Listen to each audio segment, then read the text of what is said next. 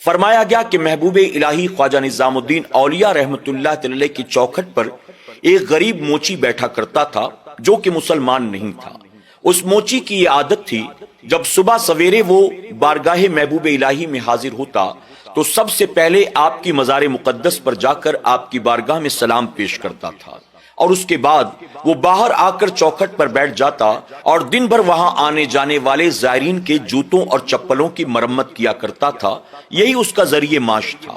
اس موچی کی عادت تھی صبح جب وہ آتا تو محبوب الہی کی بارگاہ میں جا کر سلام پیش کرتا، اور شام کے وقت جب اپنے گھر جانے لگتا تو پھر دوبارہ محبوب الہی کی بارگاہ میں حاضر ہوتا، سلام کرتا اور اس کے بعد کہتا کہ آج حضور میں نے 2 آنے کمائی ہیں، آج میں نے 4 آنے کمائی ہیں، آج گروار کا دن تھا، آج زائرین زیادہ تھے، آج میں نے 2 روپے کما لیے ہیں۔ اس طرح سے روزانہ صبح آتا تو سلام پیش کرتا اور شام گھر جانے سے پہلے آ کر پورا حساب دیتا اور اس کے بعد گھر جایا کرتا تھا۔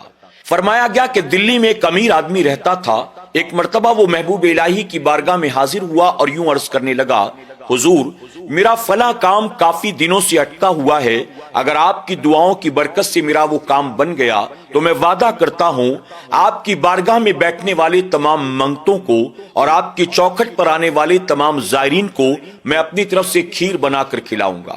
اس نے محبوب الہی کی بارگاہ میں یہ منت مانگ لی۔ چند دنوں کے بعد اس کا وہ کام بن گیا۔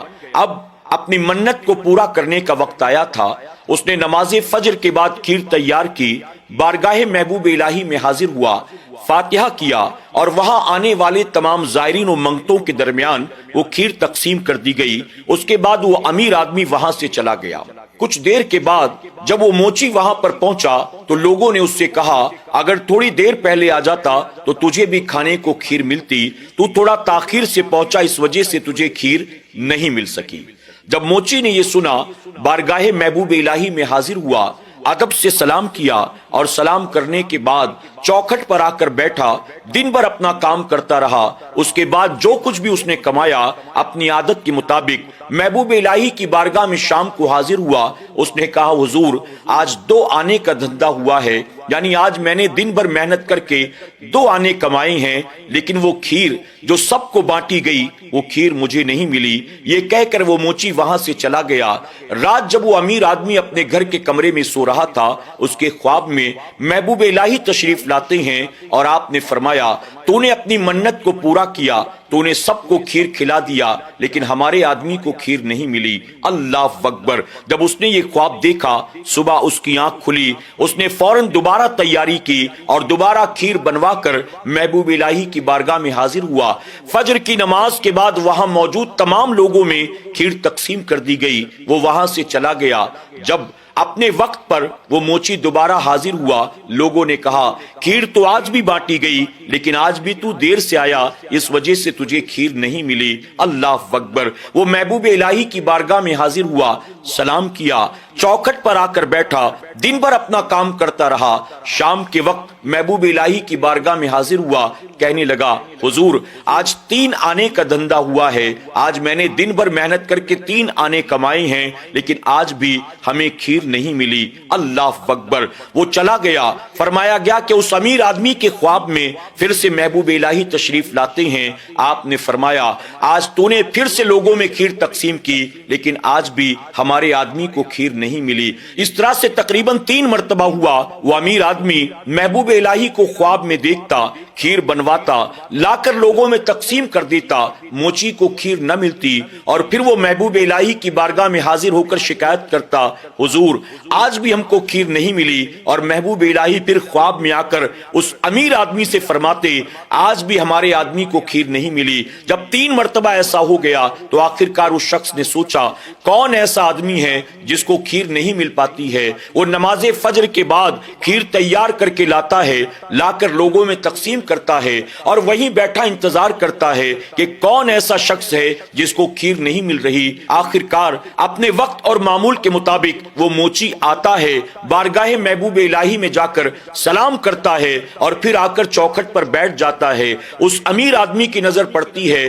یہ موچی ابھی ابھی آ کر یہاں بیٹھا ہے، فوراً اس نے حکم دیا اسے بھی کھیر کھلائی جائے۔ اس موچی نے کھیر پیٹ بھر کے کھایا۔ اس کے بعد محبوب الہی کی بارگاہ میں شام کو حاضر ہوا، سلام پیش کرتا ہے، دن بھر کا سارا حساب دیتا ہے اور اس کے بعد کہتا ہے کہ حضور آج ہم کو کھیر کھانے کو مل گئی۔ اللہ اکبر! محبوب الہی اس امیر آدمی کے خواب میں تشریف لاتے ہیں۔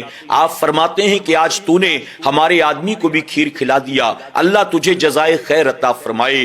اللہ اکبر! ناظرین اکرام، آپ ذرا دیکھیں یہ کتنا ایمان افروز واقعہ ہے۔ محبوب الہی کی چوکھٹ پر جو بیٹھتا تھا وہ غریب تھا، موچی تھا، مسلمان بھی نہیں تھا، محبوب الہی کا مرید بھی نہیں تھا، لیکن محبوب الہی کی بارگاہ میں حاضر ہو کر فریاد کی کہ مجھے کھیر نہیں ملی۔ محبوب الہی نے اس امیر آدمی کو بار بار اس بات کا حکم دیا کہ اس غریب موچی کو کھیر کھلاؤ، لے جا کر اس تک کھیر پہنچاؤ، اور جب تک اس نے کھیر نہیں کھایا تب تک محبوب الہی اس شخص کے خواب میں بار بار تشریف لاتی رہے۔ ناظرین اکرام، یہاں معلوم ہوا اللہ کے جو نبی ہوتے ہیں، اللہ کے جو ولی ہوتے ہیں، اللہ کے جو برگزیدہ بندے ہوتے ہیں، وہ اپنی چوکھٹ پر بیٹھنے والے منگتوں کو بھی پہچانتے ہیں، ان کی آوازیں سنتے بھی ہیں، انہیں جواب دیتے بھی ہیں، ان کی مدد بھی فرماتے ہیں۔ جب محبوب الہی کی یہ شان ہے تو جو محبوب پروردگار ہیں، جو اللہ کے حبیب ہیں،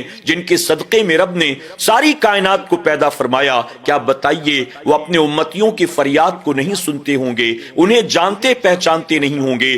اللہ کا ولی جب اتنا صاحب اختیار ہوتا ہے تو اللہ کے نبی یا اللہ کے نبیوں کے امام الانبیاء کی شان کیا ہوگی؟ اس لیے کسی شاعر نے بہت خوب کہا، جب ان کے گدا بھر دیتی ہیں شاہان زمانہ کی جھولی، جب ان کے گدا بھر دیتی ہیں شاہان زمانہ کی جھولی، محتاج کا جب یہ عالم ہے مختار کا عالم کیا ہوگا؟ اللہ ہمیں اور آپ کو انبیاء علیہ السلام سے، صحابہ اکرام سے، اہل بیت اطہار سے، اولیاء صوفیاء سے سچی پکی محبتوں کی توفیق عطا فرمائے، آمین یا رب العالمین۔